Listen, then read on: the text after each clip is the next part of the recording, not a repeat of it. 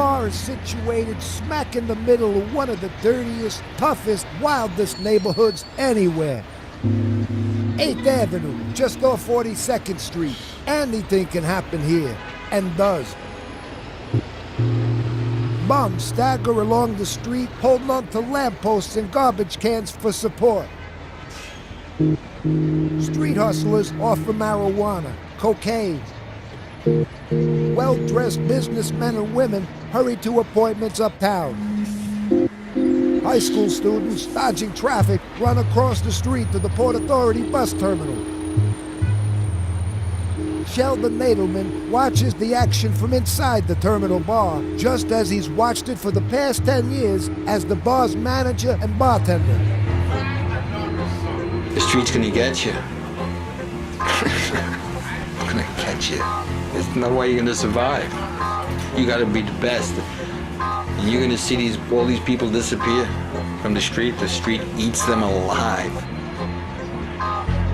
Nadelman remembers the faces well. For the last 10 years, he's been taking pictures of customers inside the bar and the derelicts and wanderers outside. Through these doors, says Paul, one of the regulars, pass some of the most miserable people on earth. The majority of people who come here are on some kind of medication to keep them stabilized. Most of them are destituted, Paul says. He looks at Nadelman. If he doesn't get a job, he'll be destituted too. Destitute, Nadelman corrects him.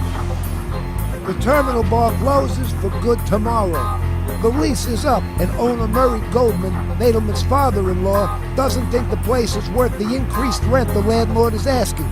$125,000 a year.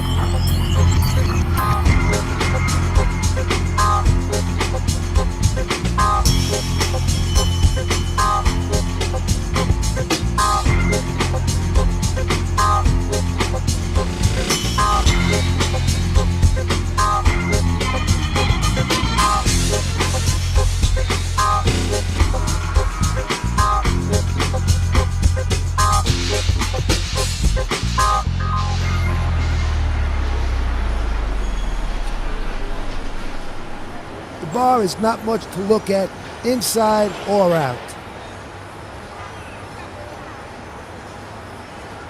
The exterior is gray and grimy, and the sidewalk smells of urine.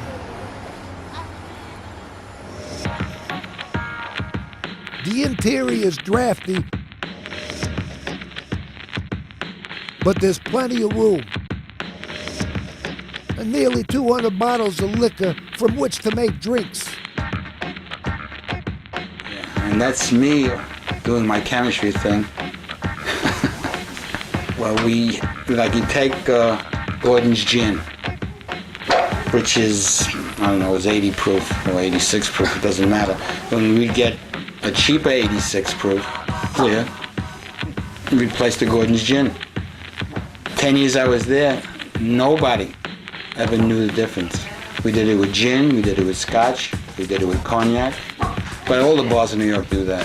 Right. Remember that. You have professional fighters come in here, Paul says. Email Griffith is a customer, Nadelman says proudly. We have actors here too. Gene Tierney comes here. We have an awful lot of cooks too. If you dropped a bomb on this place, he says laughing, all the restaurants in New York would be out of business. A lot of them work in kitchens. A lot of cooks came in there. What was the majority of the clientele? Gay men. Gay black men. A banner announces open house on New Year's, featuring Ruth Brown. That's not the famous Ruth Brown, Paul says, but Ruth Brown, the female impersonator. At the terminal, anything goes. It's the bar one magazine called New York City's toughest.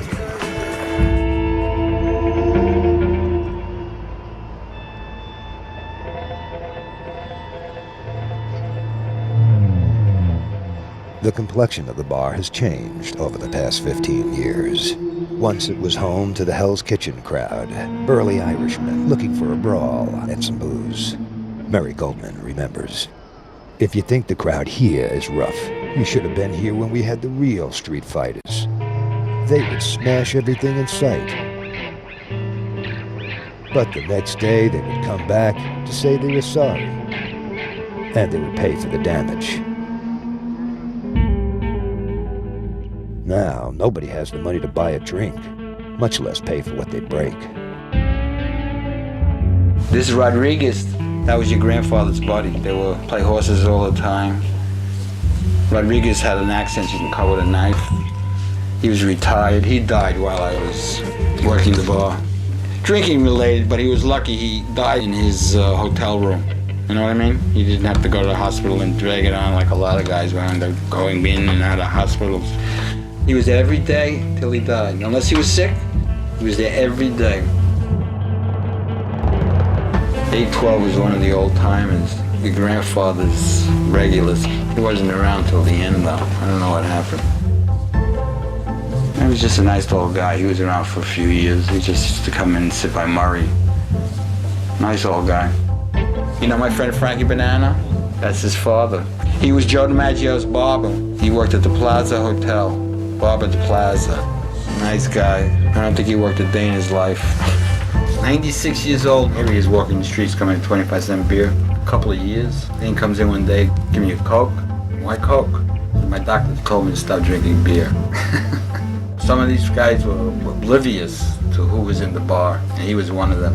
This was a Michigan. Loved all the prostitutes. Some old Jewish guy always coming in. He must have been in 80-something then, have his 2 or 3 shots of something, and he's always going out looking for these girls. He was such a wise guy, you know, such a New Yorker, a real, you know, Jewish through and through. He was around for a while. He was just like a runner. He was from the old group of customers before the bar started really becoming gay. His clientele all got older. Alcohol kicked them all in the ass. They were gone. The old timers, you'll see the pictures like Rodriguez and a few of the others. You see how beat they are, so you can imagine the ones that don't come in. You can't make it anymore. So the young wave, a new wave comes in. The new wave was gay. Because the next wave of young people weren't coming into the Terminal Bar. And that was that. So you want to stay in business, you go with the flow. It's gay, you got a gay bar.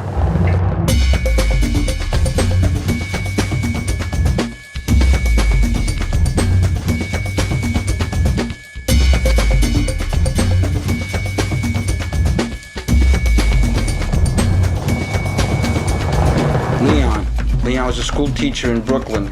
He came from the South, I think North Carolina. I met him right from the beginning. I got pictures of him all the way through. You got to see how he deteriorated over the years. He was stabbed.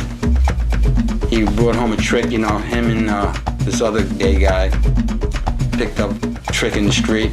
Drunk, he was drunk, always drunk. Brought him to his apartment. Guy pulled a knife. Killed him. Killed him. Killed him. Oh, he came into my life. I don't know his name. Oh, Sandy. Sandy came into my life. Sandy was an elevator operator around the corner. And he was gay, but he was married and he had 2 children who both wound up in the penitentiary. This picture always dumbfounded me. Here he's got all this ink on his shirt. And here there's no ink. They had a big fight that day, him and Tommy. They were lovers. Demented. Drinking, fighting, hitting one another. There were 3 brothers, all gay. And one of the brothers, his name was Princess. They were all gay. And the father was gay too. This is Jimmy Jones. Jimmy Jones was a regular. He loved you. He loved your grandfather. He liked me too. And he drank Canadian Club, which wasn't Canadian Club. He drank it for 10 years I was there. He had a special glass, you know, special glass, got Jimmy Jones glass.